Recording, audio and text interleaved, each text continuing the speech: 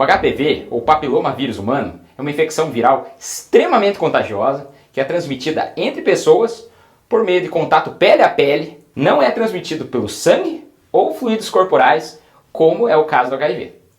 O HPV é chamado de papilomavírus humano porque alguns tipos de HPV causam papilomas ou verrugas. E essas verrugas são relatadas desde a Grécia Antiga. Existem mais de 100 variedades de HPV e muitas são transmitidas por contato sexual, qualquer tipo de sexo, oral, vaginal, anal e até mesmo por masturbação. E dependendo do tipo de sexo, pode causar problemas nos seus órgãos genitais, boca ou garganta. Como já falei, o HPV é a DST mais comum no mundo. Mais comum que sífilis, gonorreia ou clamídia. Segundo o Ministério da Saúde, 75% dos brasileiros sexualmente ativos entrarão em contato com o HPV ao longo da vida, até mesmo aqueles que têm poucos parceiros sexuais. O pico de transmissão do vírus é em torno dos 25 anos. Não está comprovada a possibilidade de contaminação por meio de objetos, do uso do vaso sanitário e piscina, ou pelo compartilhamento de toalhas ou roupas íntimas. Como descobriram que o HPV poderia causar câncer? No início dos anos 80, um cientista alemão, o Dr. Harald Zerhausen, propôs uma teoria radical para aquela época, que existia ligação desse vírus com o câncer de colo de útero. Naquela época, a maioria dos cientistas não acreditava que um vírus pudesse causar câncer. Demorou algum tempo para reunir as provas, as evidências que apoiassem essa teoria, mas ele conseguiu demonstrar que as células cancerígenas continham o DNA viral integrado em seus genomas. Com muita perseverança, ele percebeu que biópsias do câncer de colo de útero continham fragmentos do HPV-16, isso em 83. Um ano depois, o Dr. Zerhausen descobriu que o HPV-18 também participava dessa formação de câncer cervical. Com essas descobertas, ele provou que o vírus poderia causar câncer, especificamente o HPV-16 e 18 causavam câncer de colo de útero. E com isso, ele recebeu o Prêmio Nobel de 2008. Hoje sabe-se que o HPV 16 e 18 são encontrados em quase 70% dos casos de câncer de colo de útero. E no mundo, há cerca de 600 mil a 700 mil mulheres com câncer cervical por ano.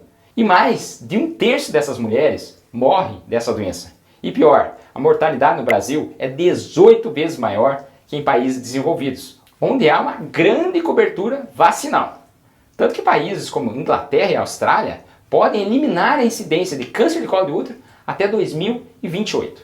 O HPV pode causar algo além do câncer de colo de útero? Sim, o câncer cervical é o principal tipo de câncer relacionado ao HPV. Mas também a maioria dos cânceres vaginais, vulvares, penianos e anais também são causados pelo HPV. E também a infecção por HPV aumenta o risco de alguns tipos de câncer de boca e garganta. E olha, as taxas de câncer de boca, especialmente de língua e orofaringe, estão aumentando, principalmente em pessoas com mais de 40 anos. Embora esses cânceres às vezes possam ser atribuídos ao uso de cigarro ou álcool, estima-se que 70% desses cânceres são causados pelo HPV. Então o HPV sempre vai causar câncer? Não, na maioria dos casos o sistema imunológico do seu corpo derrota a infecção por HPV antes que ela forme verrugas ou mesmo câncer. O HPV pode desaparecer por conta própria em 80 a 90% dos casos. Mas cerca de 10 a 20% das pessoas não vai conseguir eliminar a infecção. Elas são chamadas de infecções persistentes. Sendo que daí sim, dependendo do tipo de HPV que você contraiu, pode ocorrer verrugas ou mesmo câncer. Cerca de 13 tipos podem causar câncer. Eles são chamados de alto risco, principalmente os dois tipos que eu já citei, o 16 e o 18. Pessoas infectadas com o tipo de HPV de alto risco, por um longo período, têm maior probabilidade de desenvolver câncer. Quais os sintomas de uma pessoa com HPV? A maioria das pessoas não tem sintomas, nem mesmo sabem que tem HPV. Pode ser transmitido mesmo quando uma pessoa infectada não apresenta sinais ou sintomas visíveis. A infecção genital por HPV de baixo risco pode causar verrugas em forma de couve-flor nos órgãos genitais e no ânus de homens ou mulheres ou em torno deles. Nas mulheres, as lesões podem aparecer em áreas nem sempre visíveis, como no colo do útero e na vagina. Por isso que é tão importante fazer o exame de Papa Nicolau. Há uma probabilidade de redução de até 80% de mortalidade do câncer de colo de útero se o diagnóstico for precoce. E considerando que o tumor de colo de útero é uma doença que pode ser silenciosa ou, como único sintoma, o sangramento vaginal, muitas mulheres perdem a chance de descobrir o problema no início, por não realizar o Papa Nicolau. Como reduzir o risco de contágio do HPV? De duas formas. O uso de um método de proteção de barreira, como a camisinha, o preservativo, reduz a transmissão de infecções de HPV. Mas não é totalmente eficaz, porque o contato é pele a pele e pode estar presente em lugares que a camisinha não está protegendo. E a outra forma é a vacina contra o HPV. Essa sim ajuda a proteger contra o câncer. Outra pergunta, o HPV pode ser transmitido de mãe para recém-nascido? Sim, essa transmissão no parto pode acontecer, mas é rara. Quando isso acontece, pode causar verrugas na traqueia, nos brônquios, nos pulmões, a papilomatose respiratória e pode causar problemas para o resto da vida do bebê. E por isso é importante vacinar. A primeira vacina foi aprovada em 2006 e hoje ela é dada até pelo SUS.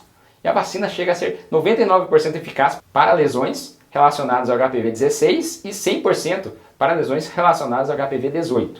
Dependendo do tipo de vacina, também protege contra verrugas genitais.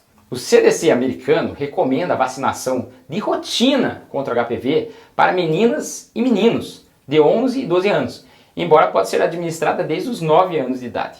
E é ideal para meninos e meninas receberem a vacina antes de terem contato sexual, antes de serem expostos pelo HPV. Depois que alguém está infectado com HPV, a vacina pode não ser tão eficaz ou pode não funcionar completamente. Além disso, a resposta à vacina é melhor em idades mais jovens do que nas mais velhas.